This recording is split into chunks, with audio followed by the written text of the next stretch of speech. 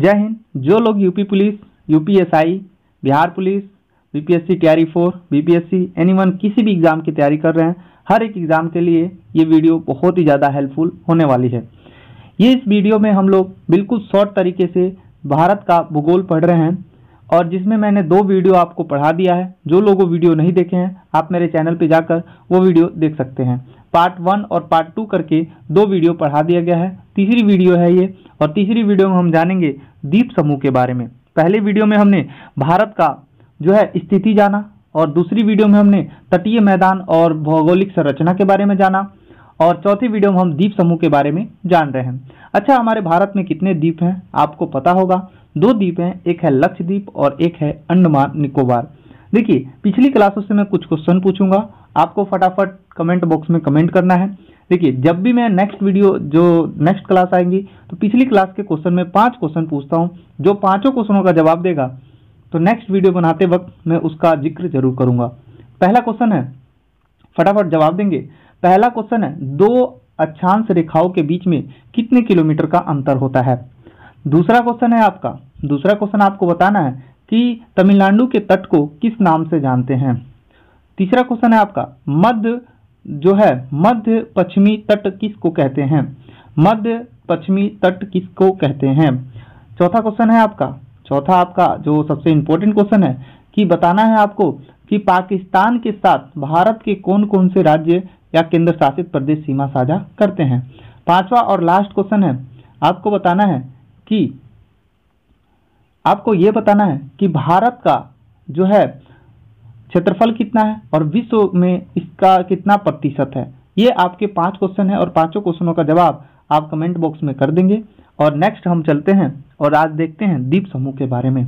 अगर हम बात करें द्वीप समूह, क्योंकि हमने जब भौगोलिक अवस्थिति को देखा था तो सबसे पहले हमने पढ़ा कि मैदानी भाग पढ़ना है, पर्वत के बारे में पढ़ना है, उसके बाद पठार के बारे में पढ़ना है, द्वीप समूह के बारे में पढ़ना है, तटीय मैदान के बारे में पढ़ना है और मरुस्थल के बारे में पढ़ना है। तो हमने सबसे पहले जो है तटीय मैदान पढ़ लिया है। अब हम पढ़ेंगे द्वीप समूह, क्योंकि छोटे छोटे जो पॉइंट है उसको खत्म करेंगे।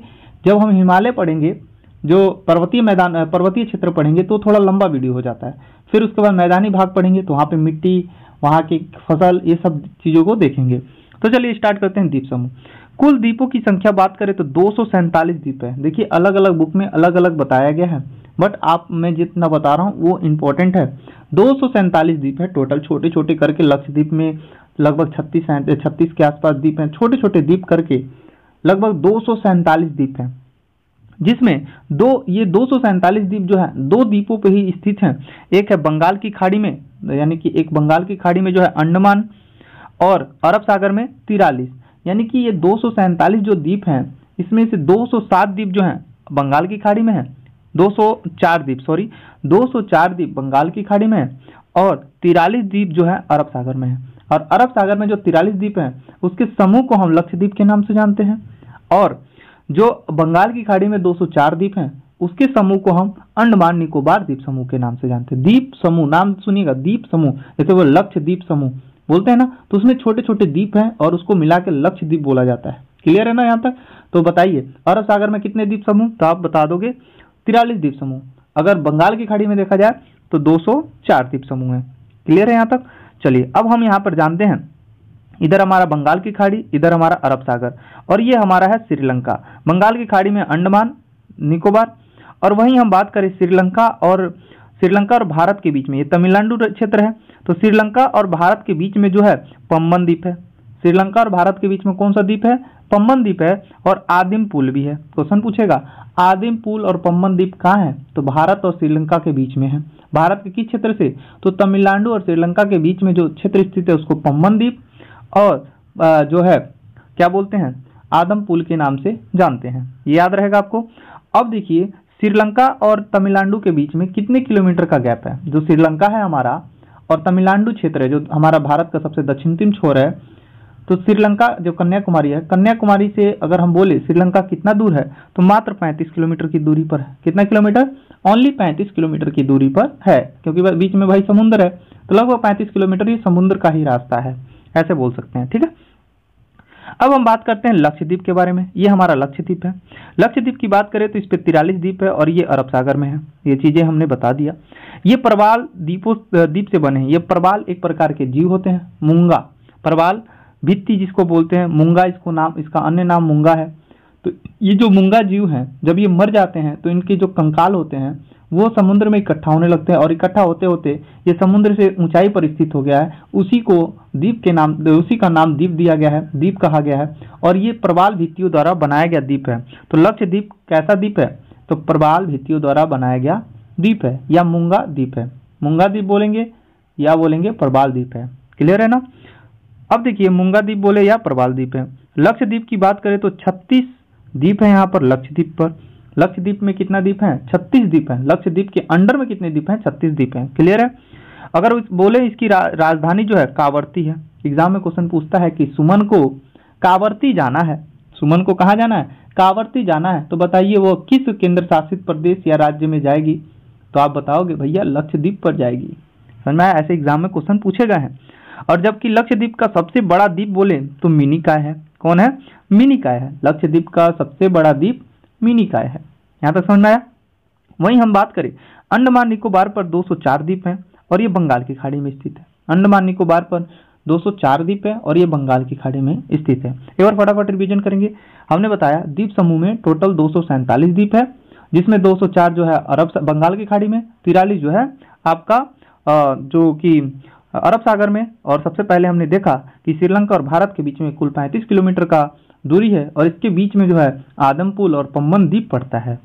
और बंगाल की खाड़ी में जो है अंडमान निकोबार है, जो कि 204 द्वीप समूह है इसमें बंगाल की खाड़ी में। वही अरब सागर में लक्षद्वीप है जो 43 द्वीप समूह है और ये प्रवाल द्वीप के नाम से जाना जाता है। इसे मूंगा द्वीप के नाम से भी जानते हैं। जो कि लक्षद्वीप के सबसे प्रमुख 36 द्वीप हैं और 36 द्वीप है और लक्षद्वीप की राजधानी जो है कावर्ती है और सबसे बड़ा द्वीप जो है मिनिकॉय है। आप ऐसे ही नोट्स करते हुए चलेंगे। देखिए, पीडीएफ के चक्कर में मत पड़िए। पीडीएफ तो मैं दे ही दूंगा टेलीग्राम चैनल पे, बट आप नोट करते हुए चलिए। प्लीज मेरी बात को मानिए।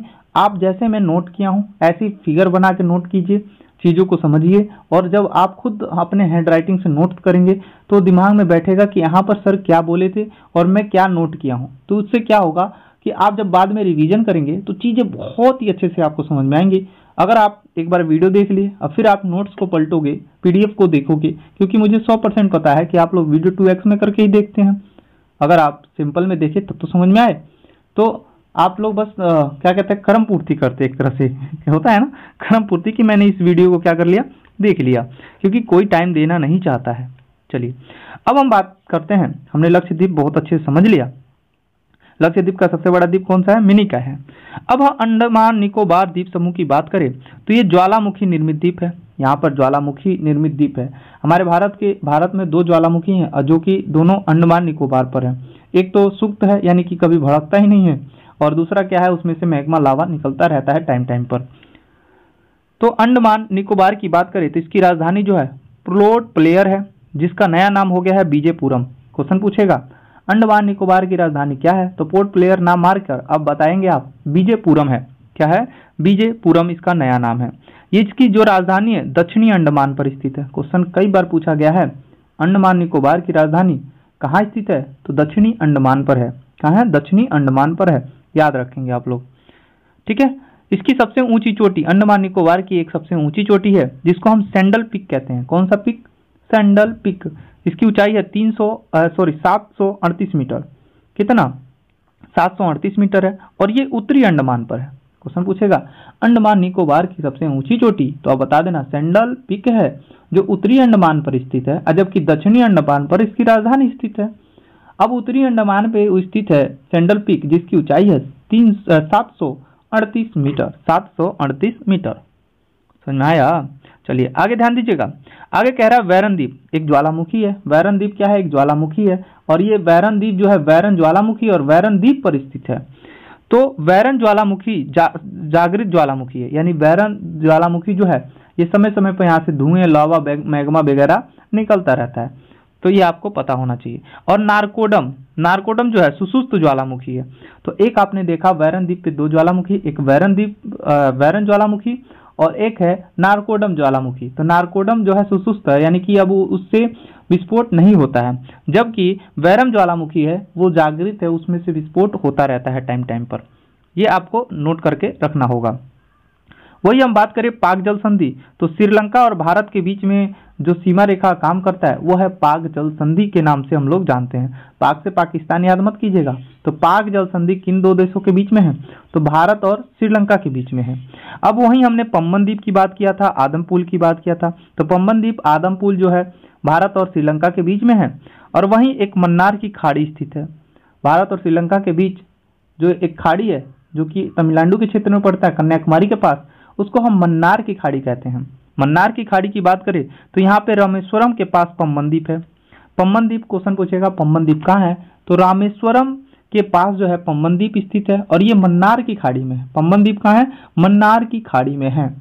क्लियर है यहाँ तक? और भारत और श्रीलंका के बीच को कितना किलोमीटर अंतर है? तो 35 किलोमीटर का अंतर है। न्यू मूरे द्वीप जो कि भारत और बांग्लादेश के बीच विवादित है। एक द्वीप है जिसका नाम है न्यू मूरे द्वीप, जो भारत और बांग्लादेश के बीच में क्या है? विवादित है। और ये बहुत ही इंपॉर्टेंट है, इसको आप लोग क्या करेंगे? बहुत अच्छे से याद करके रखेंगे। क्वेश्चन कई बार पूछा गया है। न्यू मूरे द्वीप जो है किन दो देशों के बीच में विवादित है? तो भारत और बांग्लादेश के बीच में विवादित है और ये बंगाल की खाड़ी में द्वीप होगा। नेक्स्ट है, यहां पर ध्यान देंगे आप लोग। कह रहा है विश्व का सबसे बड़ा नदी द्वीप जो है मांजुली द्वीप है। विश्व का सबसे बड़ा नदी द्वीप कौन सा है? तो आपको बता देना है, मांजुली द्वीप है। और ये कहाँ है? तो ये है असम में। और असम में कौन सी नदी द्वारा बनाया जाता है? तो ब्रह्मपुत्र नदी। कभी कभी ब्रह्मपुत्र नदी की जगह पे दिहांग नदी दे देता है, क्योंकि दिहांग नदी, इसका जो ब्रह्मपुत्र नदी है इसका नाम अरुणाचल प्रदेश में दिहांग नदी रहता है और ये असम में जब आती है तो इसका नाम ब्रह्मपुत्र होता है। तो एग्जाम में क्वेश्चन पूछेगा विश्व की सबसे बड़ी नदी द्वीप, तो आपको बता देना है मांजुली द्वीप। और ये कौन सी नदी बनाती है? तो ब्रह्मपुत्र नदी, या ऑप्शन में ब्रह्मपुत्र नहीं रहेगा तो दिहांग नदी। और ये कहाँ है? असम में स्थित है। कहाँ स्थित है? असम में स्थित है। यहाँ तक समझ में आया चीजें? यहाँ तक चीजें आपको बहुत अच्छे से समझ में आ गया होगा। अब हम बात करेंगे प्रायद्वीपीय पठार। तो हमने देख लिया तटीय मैदान और उसके बाद क्या देखा? द्वीप समूह। अब हम देखेंगे पठार के बारे में, फिर उसके बाद हिमालय के बारे में, फिर उसके बाद लास्ट में हम देखेंगे मैदानी क्षेत्र और मरुस्थल के बारे में। तो हमारा चैप्टर क्या हो जाएगा? ये समाप्त हो जाएगा। तो चलिए स्टार्ट करते हैं प्रायद्वीपीय पठारों के बारे में। और यहाँ से क्वेश्चन कई बार पूछे जाते हैं। अब ये प्रायद्वीपीय पठार का निर्माण कैसे हुआ इसके बारे में हम लोग थोड़ा जानते हैं। तो देखिए, हमारी जो पृथ्वी थी बहुत आज से करोड़ों वर्ष पहले, कहा जाता है कि हमारी पृथ्वी जो थी एक आग का गोला थी। आग के गोले की तरह धधक रही थी और बारिश हुआ, बारिश होने के बाद वो ठंडा हुआ, ठंडा होने के बाद सिकुड़ा, सिकुड़ने के बाद जहाँ गड्ढा हुआ वहाँ समुद्र बन गया, जहाँ ऊंचा हुआ वहाँ पे पर्वत पठार, ये सब चीज बन गए। ये एक तरह से कहानी है। अगर रियल में हम देखें, भूगोल के हिसाब से देखें, तो कहा जाता है कि एक पेंजिया था, एक पूरा गोला था जिसको हम पेंजिया कहते थे। पृथ्वी को पहले हम पेंजिया के नाम से जानते थे। पूरा बहुत बड़ा गोला था जिसमें सारे महाद्वीप एक साथ सटे हुए थे। भारत, अमेरिका, उत्तर अमेरिका, दक्षिण अमेरिका, अफ्रीका, अफ्रीका, यूरोप और एशिया, ये सारे जो महाद्वीप हैं आपस में सटे हुए थे। ये सारे महाद्वीप आपस में क्या हुए थे?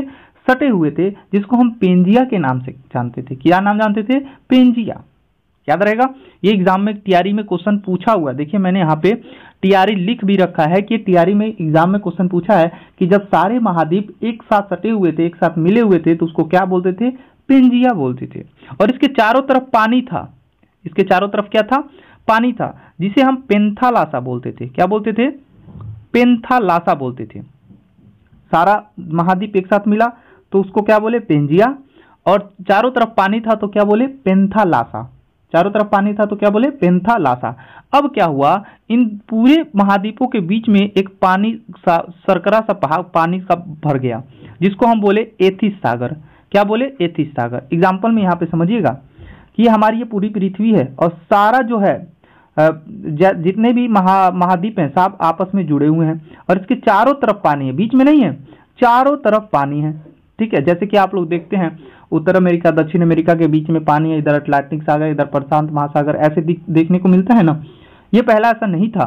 ये सारे महाद्वीप आपस में सटे हुए थे और चारों तरफ पानी था और समय बीतता गया और धीरे धीरे इसमें पानी समाने लगा, जिसको हम तेथिस सागर कहते थे। और जब पानी समाया तो ये दो भागों में बट गया। ये क्या हुआ? आप देख सकते हैं 2 भागों में बट गया, एक उत्तर में और एक दक्षिण में। तो ये जल जो था पेंथलासा, इसका पानी इसमें समाने लगा एथीस सागर का, और ये 2 भागों में बट गया। और 2 भागों में बटा तो ऊपर वाले को हमने बोला, यहाँ पे ध्यान दीजिएगा, ऊपर वाले को हमने कहा कि भैया ये जो है अंगारा लैंड है। ऊपर वाले को क्या बोल दिए? अंगारा लैंड, जिसको हम लारेसिया भी कहते हैं। ऊपर वाले को क्या बोले? अंगारा लैंड, जिसको हम लारेसिया के नाम से कहते हैं। और बीच में तो तेथीस सागर भरी गया था, तो ऊपर वाला हो गया अंगारा लैंड, जिसको हम लारेसिया बोल रहे हैं, और नीचे वाला हो गया था गोंडवाना लैंड। नीचे वाले को गोंडवाना लैंड, ऊपर वाले को अंगारा लैंड। नीचे वाले को गोंडवाना लैंड, ऊपर वाले को अंगारा लैंड, याद रहेगा। अब ऊपर वाले जो अंगारा लैंड है उसमें कौन कौन से महाद्वीप आए? तो उत्तर अमेरिका, यूरोप, रूस, चीन, ग्रीनलैंड। तो उत्तर अमेरिका, यूरोप, रूस, चीन, ग्रीनलैंड। आप जब विश्व का मैप देखेंगे, 1 मिनट वीडियो पॉज करके आप विश्व का मैप निकालिए, आप देखेंगे ये उत्तर अमेरिका और यूरोप और चीन और रूस और ग्रीनलैंड, ये सब उत्तर की दिशा में है। किस दिशा में है? उत्तर की दिशा में है। अब वहां से देखेंगे तो इसको क्या बोला गया? अंगारा लैंड। अब क्वेश्चन कैसे पूछेगा एग्जाम में? क्वेश्चन पूछेगा निम्नलिखित में से कौन सा क्षेत्र जो है अंगारा लैंड में नहीं आता है? तो इसमें तो 3 को दिया रहेगा, एगो निचवा सा दे देगा, तो घबराना नहीं है। तो आपको अंगारा लैंड में याद कर लेना उत्तर अमेरिका, यूरोप, चीन, रूस और ग्रीनलैंड, ये किस में आते थे? तो इसको हम बोले यूरेशिया, या तो बोल दिए अंगारा लैंड।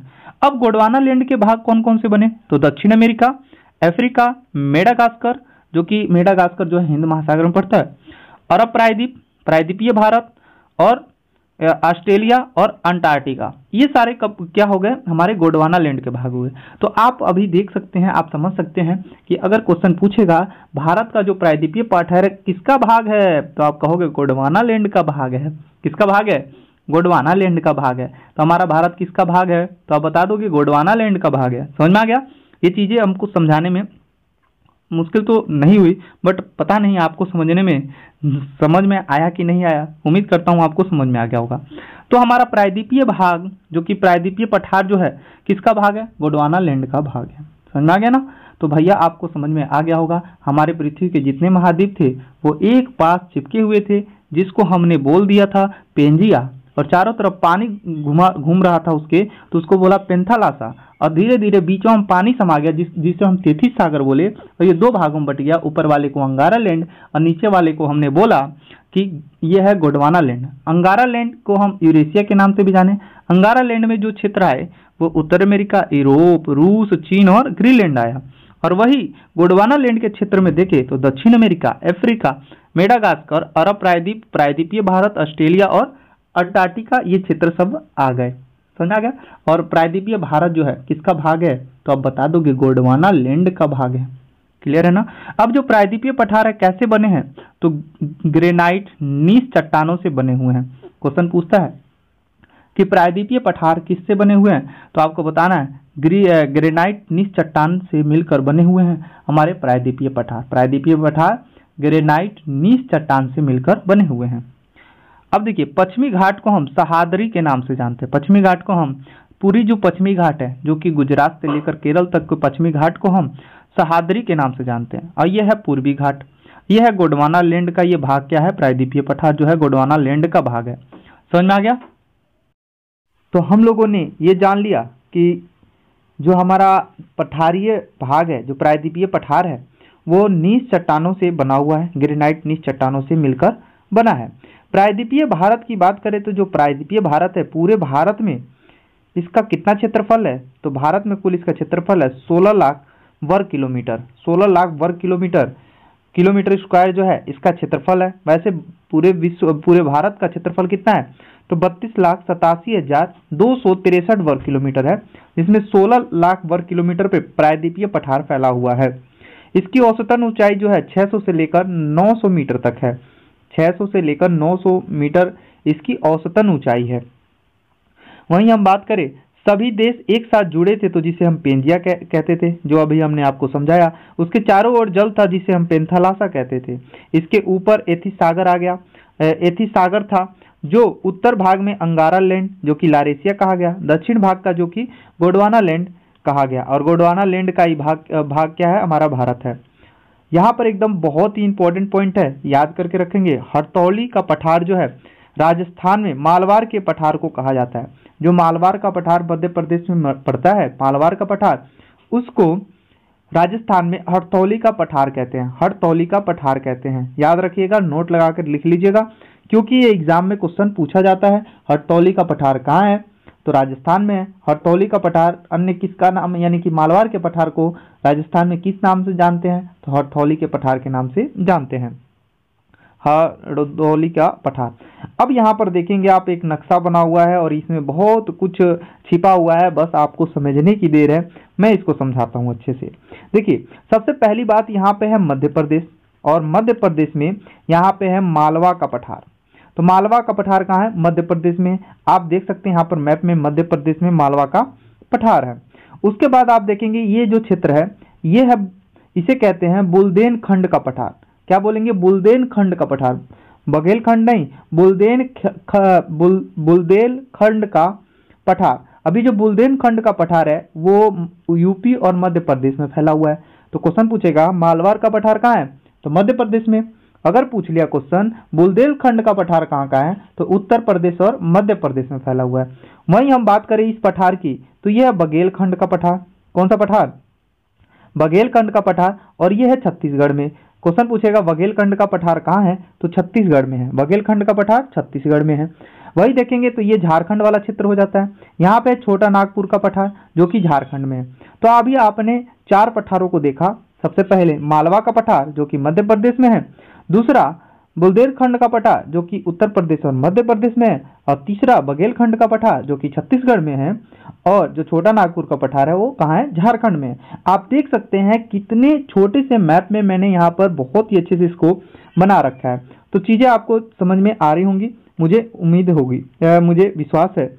और यहाँ पर आपने देख लिया। अब एक और पठार है जिसको बोलते हैं तेलंगाना का पठार। कौन सा पठार? तेलंगाना का पठार। और तेलंगाना का पठार जो है तेलंगाना में है। और एक पठार और है जिसको हम दंड कानन कहते हैं। क्या बोलेंगे? दंड कानन का पठार। अब दंड कानन का पठार एक जगह ना फैलकर ये 4 राज्यों में फैला हुआ है, 5 राज्यों में। तो दंड कानन का पठार जो है छत्तीसगढ़, मध्य प्रदेश, उड़ीसा, तेलंगाना और आंध्र प्रदेश में फैला हुआ है। कौन कौन सा? मध्य प्रदेश से अलग हुआ है छत्तीसगढ़, तो मध्य प्रदेश और छत्तीसगढ़। मध्य प्रदेश से अलग कौन हुआ है? छत्तीसगढ़, तो मध्य प्रदेश और छत्तीसगढ़ में फैला हुआ है। उड़ीसा में फैला हुआ है, और तेलंगाना और आंध्र प्रदेश, क्योंकि आंध्र प्रदेश ही तो अलग हुआ है तेलंगाना, तो आंध्र प्रदेश और तेलंगाना में फैला हुआ है। तो क्वेश्चन पूछेगा दंड कानन निम्नलिखित में से किस राज्य में नहीं फैला हुआ है? तो याद रखिएगा ये 5 राज्य आपको याद होने चाहिए, छत्तीसगढ़, मध्य प्रदेश, उड़ीसा, तेलंगाना और आंध्र प्रदेश। याद रहेगा। उसके बाद हम देखेंगे पूरब में एक पठार पड़ता है जिसका नाम है मेघालय का पठार। मेघालय का पठार को हम शिलोंग का पठार भी कहते हैं। तो आपको ये पठार आपको समझ में आ गया। मैंने ये पठार, टोटल पठार आपको बता दिया है। अब इन पठारों में पहाड़ियां हैं, जो छोटी छोटी पहाड़ियां, उन पहाड़ियों के बारे में पढ़ेंगे। तो ये चीज़ें आपको समझ में आ गई होंगी। पहले मालवार का पठार जो कि मध्य प्रदेश में है, उसके बाद हमने पढ़ा बुंदेलखंड का पठार जो उत्तर प्रदेश और मध्य प्रदेश में है, बघेलखंड का पठार छत्तीसगढ़ में, छोटा नागपुर का पठार झारखंड में, तेलंगाना का पठार तेलंगाना में है, और यहाँ हमने दंड कानन पठार पढ़ा जो कि छत्तीसगढ़, मध्य प्रदेश, उड़ीसा, तेलंगाना और आंध्र प्रदेश में है। एपी मतलब आंध्र प्रदेश, एमपी मतलब मध्य प्रदेश। ये मैंने पूरा शॉर्ट में लिख रखा है। वही मेघालय का पठार और शिलोंग का पठार जो है, मेघालय का पठार को शिलोंग का पठार भी कहते हैं। ये भी प्रायद्वीपीय पठार का क्या भाग है। आप यहाँ पर देखेंगे एक नर्मदा नदी है और एक ताप्ती नदी है। तो ये नर्मदा और ताप्ती नदी क्यों लिखा गया है अभी आपको समझ में आ जाएगा। अब ये यहाँ वाला क्षेत्र, जो ये क्षेत्र है, इसको बोलते हैं दक्कन लावा का पठार। दक्कन लावा का पठार बोलते हैं इसको। इसको क्या बोलेंगे? दक्कन लावा का पठार, जो कि महाराष्ट्र में। क्वेश्चन पूछेगा दक्कन लावा का पठार कहाँ है? तो महाराष्ट्र में। अब ये दक्कन लावा का पठार बना कैसे, इसका निर्माण कैसे हुआ है? तो क्रेटेशियस काल में दरारी उद्भेदन से बेसाल्ट चट्टान से बना हुआ है। जो दक्कन का पठार है वो क्रिटेशियस काल, क्रिटेशियस समय जो था, क्रिटेशियस जो काल था, उस काल में क्या हुआ था? दरारी उद्भेदन यानी ज्वालामुखी के उद्भेदन से बेसाल्ट चट्टान जो बाहर निकले, उससे ये बना हुआ है। कौन सा? दक्कन लावा पठार। तो दक्कन लावा का पठार आपको समझ में आ गया होगा। तो दक्कन लावा का पठार महाराष्ट्र में है और ये क्रेटेशियस काल के दरारी उद्भेदन के बेसाल्ट चट्टानों से बना हुआ है। यहाँ पर काली मिट्टी पाई जाती है। इसी काली मिट्टी को रेंगून मिट्टी या रेगुर मिट्टी कहते हैं। काली मिट्टी क्या बोलेंगे, जब भी मिट्टी पढ़ेंगे तो हाँ हम आपको डिस्क्रिप्शन में पूरा बहुत अच्छे से बताएंगे, समझाएंगे। तो आपको यहाँ पर याद रखना है, जो हमारा दक्कन का पठार है, इस दक्कन के पठार में काली मिट्टी पाई जाती है जिसे रेंगून या रेंगून मिट्टी कहते हैं, और ये महाराष्ट्र में ही स्थित है, आपको पता है। तो क्वेश्चन पूछता है काली मिट्टी सबसे अधिक कहाँ पाई जाती है, तो महाराष्ट्र में। ठीक है। मैसूर का पठार जो है कर्नाटक का पठार के नाम से जानते हैं। ये कर्नाटक में स्थित है मैसूर का पठार। मैसूर का पठार कहाँ स्थित है, तो कर्नाटक में स्थित है। इसको हम मैसूर पठार या कर्नाटक का पठार कहते हैं। चलिए आगे ध्यान देंगे, आगे बढ़ते हैं और भी चीजों को समझते हैं। अभी हमने पठारों के बारे में बहुत अच्छे से समझ लिया। अब इन पठारों पे कुछ चीजें हैं, अब यहाँ से हम लोग स्टार्ट करते हैं। ध्यान दीजिएगा, सबसे पहले हम विंध्याचल पर्वत की बात करें तो प्रायद्वीपीय भारत की सबसे नई पर्वत जो है विंध्याचल पर्वत है। ध्यान दीजिएगा, विंध्याचल पर्वत सबसे पहले, अगर आप कॉपी पेन लेकर बैठे हैं तो इसको लिखते हुए चलिएगा। इस फिगर को समझने में आपको टाइम तो लगेगा, पर चीजें आपको याद करने में दिक्कत नहीं होंगी। अब देखिए यहाँ पे विंध्याचल का पर्वत है, ये विंध्याचल पर्वत है, दिख रहा है आपको, पीले कलर से मैं यहाँ पे कर रहा हूँ। ये पूरा क्या है, विंध्याचल पर्वत है। विंध्याचल पर्वत जो है भारत को उत्तर और दक्षिण में बांटता है। क्वेश्चन पूछेगा कौन सा पर्वत जो है भारत को उत्तर और दक्षिण में बांटता है, तो विंध्याचल पर्वत। विंध्याचल पर्वत किसका भाग है, तो प्रायद्वीपीय पठार का ही तो भाग है। समझ में आ गया। तो विंध्याचल पर्वत क्या कर रहा है, भारत को उत्तर और दक्षिण में बांट रहा है। उत्तर और दक्षिण में क्या कर रहा है, बांट रहा है। आप यहां पर देखेंगे एक चीज को कि विंध्याचल पर्वत के दक्षिण में कौन सी नदी है, तो नर्मदा नदी है। कौन सी नदी है, नर्मदा नदी है। कौन सी नदी, नर्मदा नदी है। अब यहाँ पे चीजें आपको समझना है कि यहाँ पे आपको नर्मदा नदी दिख रही है। कौन सी नदी, नर्मदा नदी। और यहाँ पर एक पठार है, पर्वतीय क्षेत्र है, ये पर्वतीय क्षेत्र है, ये सतपुड़ा पर्वत है। कौन सा पर्वत है, सतपुड़ा पर्वत।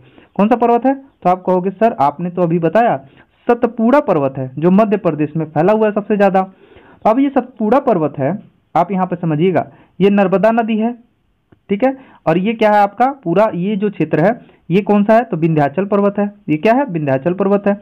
और नीचे क्या है, सतपुड़ा पर्वत है। तो क्वेश्चन पूछेगा सतपुड़ा और विंध्याचल के पर्वत के बीच में कौन सी नदी बहती है, तो नर्मदा नदी बहती है।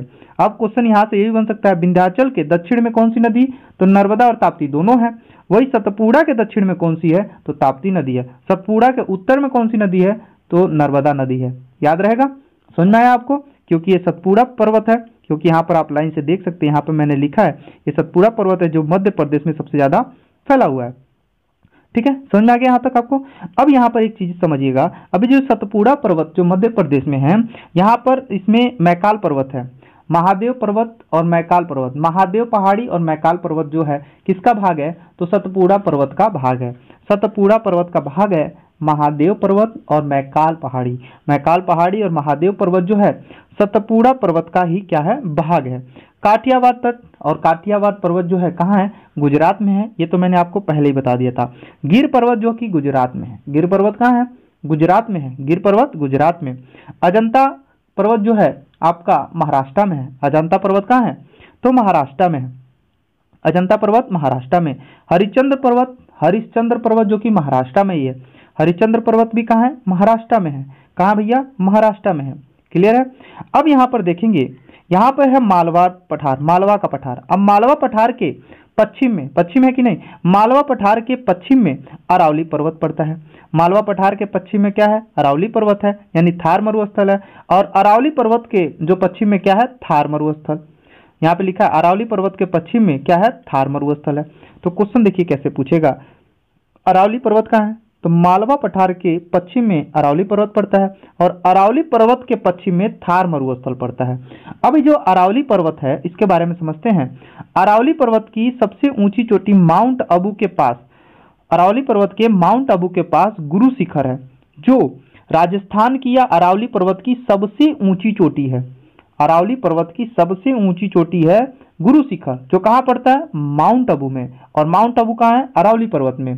अरावली पर्वत में माउंट अबू है और माउंट अबू की सबसे ऊंची चोटी है गुरु शिखर, जिसकी ऊंचाई है 1722 मीटर। 1722 मीटर इसकी ऊंचाई है। तो यहां तक आपको समझ में आया। मालवा पठार के पश्चिम में क्या है, तो आप कहोगे अरावली पर्वत। अरावली पर्वत के पश्चिम में क्या है, तो थार मरुस्थल। और अरावली पर्वत के पश्चिम में थार मरुस्थल है। और अरावली पर्वत जो है, अरावली पर्वत की के माउंट आबू पर, अरावली पर्वत के माउंट आबू पर गुरु शिखर है जो अरावली की सबसे ऊंची शिखर है। और ये अरावली की सबसे ऊंची शिखर है, अरावली कहाँ है? राजस्थान में है। अरावली पर्वत कहाँ है? राजस्थान में। अरावली पर्वत जो है प्राचीन मोड़दार पर्वत है। भारत का सबसे प्राचीनतम पर्वत कौन सा है? तो अरावली है। और इसके केवल अवशेष बचे हैं। क्या बचे हैं? अवशेष केवल बचे हैं। तो भारत की सबसे प्राचीन मोड़दार पर्वत कौन सा है? तो अरावली है। याद रहेगा, अरावली है। अरावली जो है गुजरात, राजस्थान और दिल्ली तक फैला हुआ है। गुजरात, राजस्थान और दिल्ली तक कौन सा पर्वत फैला हुआ है? तो अरावली पर्वत।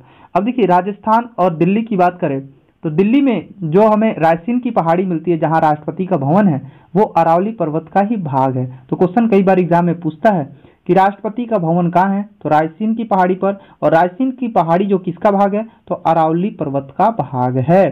क्लियर है? समझ में आया अच्छे से? तो ये फिगर आपको समझ में आ गया होगा इतना दूर। ठीक है, तो हमने अभी तक क्या देखा, एक बार फटाफट रिवीजन करते हैं, इसको मिटाते हैं, फिर आगे हम बताएंगे। चलिए ध्यान देंगे आप लोग, शुरू से हम बता रहे हैं इसको एक बार और आप ध्यान देंगे। सबसे पहले हमने पढ़ा कि एक है विंध्याचल पर्वत, ये पूरा विंध्याचल पर्वत है। ये क्या है पूरा? आप देखोगे ये पूरा विंध्याचल पर्वत जो बिहार तक जाता है। कहाँ तक जाता है? बिहार तक जाता है विंध्याचल पर्वत। और विंध्याचल पर्वत हो गया। उसके जो दक्षिण में है एक पर्वत है जिसका नाम है सतपुड़ा पर्वत। कौन सा पर्वत? सतपुड़ा पर्वत। कौन सा पर्वत? सतपुड़ा पर्वत। ठीक है, जो कि मध्य प्रदेश में फैला हुआ है। यह है विंध्याचल पर्वत जो भारत को उत्तर दक्षिण में बांटता है। अब विंध्याचल पर्वत से दक्षिण उत्तर की तरफ देखेंगे तो मालवा पठार मिलेगा। मालवा पठार के पश्चिम में अरावली पर्वत के पश्चिम में थार मरुस्थल। क्वेश्चन पूछेगा थार मरुस्थल कहाँ है? अरावली के पश्चिम में, उत्तर में, दक्षिण में, किस है? तो पश्चिम बता देंगे। और अरावली पर्वत जो है प्राचीन मोड़दार पर्वत है। ये गुजरात, राजस्थान, दिल्ली तक फैला हुआ है। इसके माउंट आबू के पास गुरु शिखर है जो सबसे ऊंची शिखर है अरावली पर्वत की, 1722 मीटर। विंध्याचल पर्वत भारत को उत्तर दक्षिण में बांटता है, आपको मालूम चली गया। यहाँ पे सतपुड़ा मध्य प्रदेश में फैला हुआ। महादेव और मैकाल पर्वत जो है सतपुड़ा का ही भाग है। गिर पर्वत जो है गुजरात का है। अजंता महाराष्ट्र का है। हरिश्चंद्र जो है पर्वत कहाँ का है? तो महाराष्ट्र का है। अब हम बात करेंगे सतपुड़ा पर्वत के पास जो है मैकाल पर्वत है। कौन सा? मैकाल पर्वत जो सतपुड़ा पर्वत में पड़ता है। मैकाल पर्वत में ही है अमरकंटक। मैकाल पर्वत में ही क्या है? अमरकंटक, जहां से आपकी नर्मदा नदी, सोन नदी और एक और नदी निकलती है जिसका वर्णन कभी कभी किया जाता है, कभी कभी नहीं। वैसे मुख्यतः देखा जाए तो नर्मदा और सोन नदी कहाँ से निकलती है? अमरकंटक से। और अमरकंटक किस पहाड़ी में है? तो मैकाल पर्वत में स्थित है। किस पर्वत में? मैकाल पर्वत में स्थित है। वहीं हम देखें कैमूर की पहाड़ी जो कि बिहार में, और ये विंध्याचल पर्वत का भाग है। आप देखेंगे विंध्याचल पर्वत ये पूरा फैल के यहाँ तक आया हुआ है। तो विंध्याचल पर्वत का भाग है कैमूर की पहाड़ी जो कि बिहार में है। कहाँ है? बिहार में।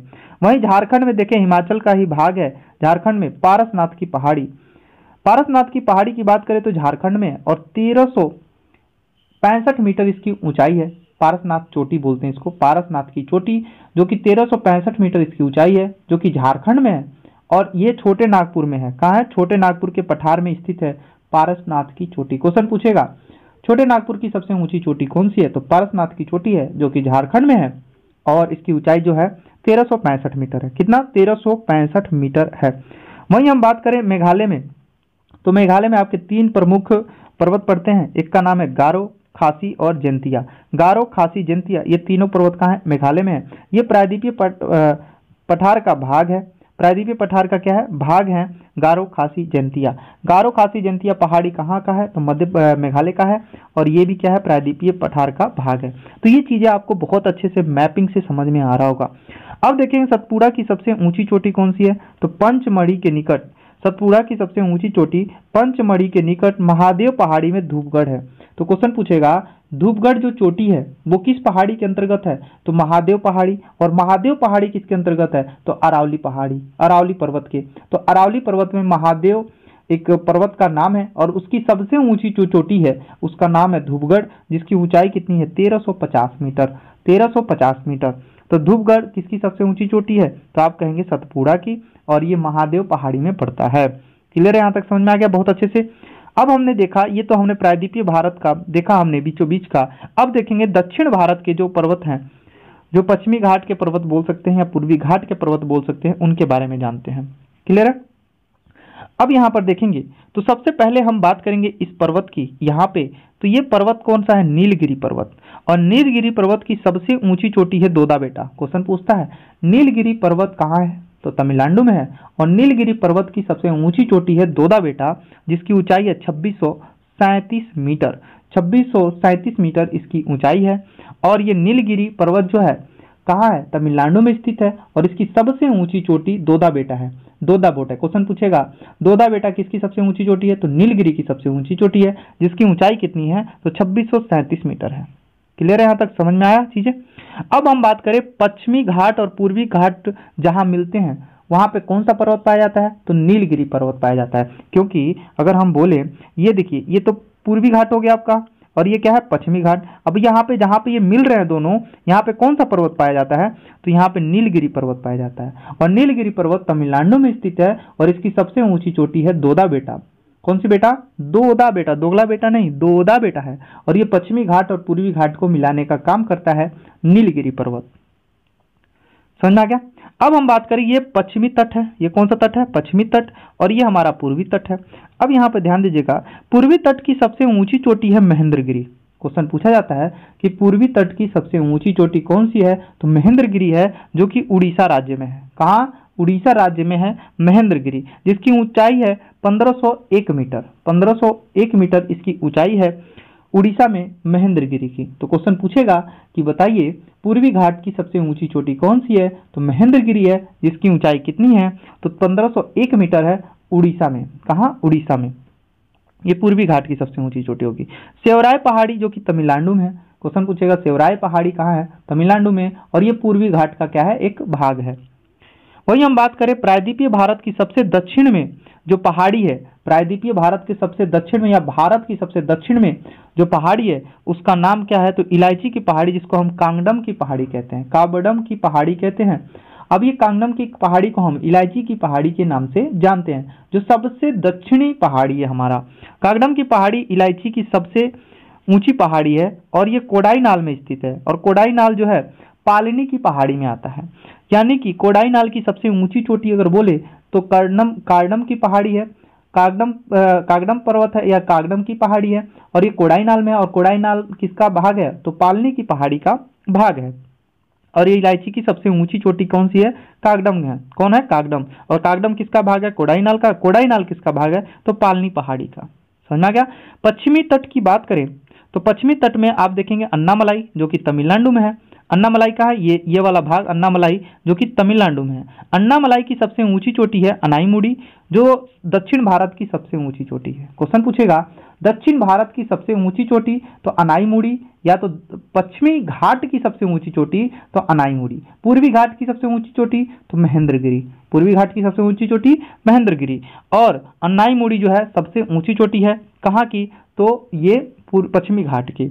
और 2695 मीटर इसकी क्या है? ऊंचाई है। दक्षिण भारत की सबसे ऊंची चोटी है कौन सी? अनाईमुड़ी। अनाईमुड़ी दक्षिण भारत की सबसे ऊंची चोटी है। कौन सी मुड़ी? तो अनाईमुड़ी। क्लियर है? अब हम नेक्स्ट वीडियो में पढ़ेंगे उत्तर भारत के पर्वतीय भाग। तो नेक्स्ट वीडियो में इसको पढ़ेंगे। अभी तक आपको चीजें अगर अच्छे से समझ में आ रही हो तो एक छोटा सा कमेंट जरूर कीजिएगा और अपने दोस्तों को शेयर कीजिएगा। और इसका पीडीएफ अगर आपको चाहिए तो आप मेरे टेलीग्राम चैनल पे जा सकते हैं। टेलीग्राम चैनल का लिंक जो है चैनल पे दिया हुआ है। चैनल पे जाएंगे आप, चैनल मेरा फोटो क्लिक करके ओपन करेंगे तो वहाँ पे टेलीग्राम चैनल का लिंक दिया हुआ है। वहाँ से जाकर आप ये पीडीएफ डाउनलोड कर सकते हैं। मैं तो कहूँगा कि आप कोशिश कीजिएगा कि आप भी ऐसे ही नोट्स बनाइए, फिगर बनाइए, अपना हैंड राइटिंग नोट्स बनाइए। जब आपका नोट्स रहेगा तो आपको चीज़ें समझने में दिक्कत नहीं होंगी। अन्यथा मैं यहाँ पे पढ़ा के चला जाऊँगा, आप 2x पे वीडियो देखेंगे, आपको समझ तो आएगा थोड़ा मोड़ा। फिर जब आप नोट्स बाद में देखेंगे कुछ दिनों बाद तो चीज़ें आपको समझ में नहीं आएंगी कि ये क्या है। पालनी की पहाड़ी क्या है? पालनी की पहाड़ी की सबसे ऊंची चोटी कौन सी है? या कोडाईनाल क्या है? कांगडम क्या है? कांगडम जो है इलायची की पहाड़ी, आपको मालूम है। नीलगिरी पहाड़ी क्या करता है? तो पश्चिमी घाट पूर्वी घाट को मिलाता है। तो ये सब चीज़ें हैं। और मैंने 5 क्वेश्चन जो दिए, इन क्वेश्चनों का जवाब आप लोग जरूर दीजिएगा, क्योंकि इससे पता चलता है कि आप तैयारी कितनी अच्छे से कर रहे हैं। तो आज के लिए बस इतना ही। थैंक यू, धन्यवाद।